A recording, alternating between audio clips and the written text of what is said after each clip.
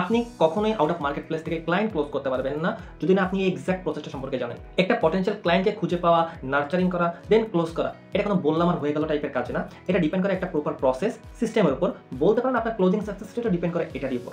আমি নর্মালি এই পুরো প্রসেসটাকে 4টা ভাগে ভাগ করি ক্লায়েন্টের সেগমেন্ট অনুযায়ী। বেশিরভাগ আউটরিচার একটা মারাত্মক ভুল করে থাকে, যার ফলে তাদের সাকসেস রেটটা খুবই কম। আর সেটা হলো স্টেপ অন বাদ দিয়ে স্টেপ 2 তে চলে যাওয়া, যেটা আপনি আজকের পর আর কখনো করবেন না আশা করি। আমি একটা কথা সবসময় বলে থাকি সবাইকে, ভাই স্টেপ অন থেকে শুরু করো, কারণ স্টেপ অন বাদ দিলে পুরো গেমটাই গোলমেল হয়ে যাবে।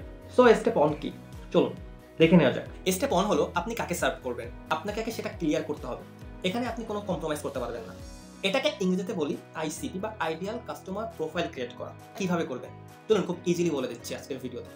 আপনাকে একটা নির্দিষ্ট অডিয়েন্স বেছে নিতে হবে যার প্রবলেম আছে এবং আপনি আপনার স্কিলে তার প্রবলেমটা সলভ করতে পারবেন।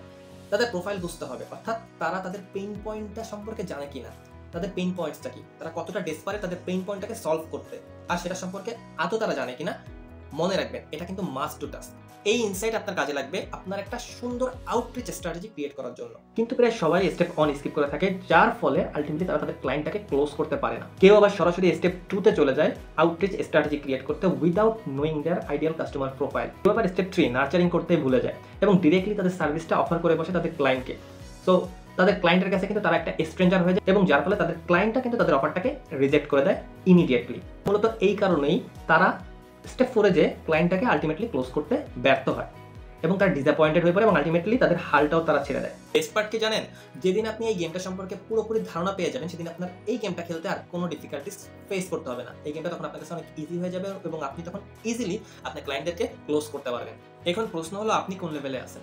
আপনি কি আপনার স্টেপ অনটা সঠিকভাবে সেট করতে পারছেন? মনে রাখবেন পারফেকশন, পারফেক্ট মেসেজ, ট্যাকটিক্স এগুলো কিন্তু কোনো ম্যাটার করে না।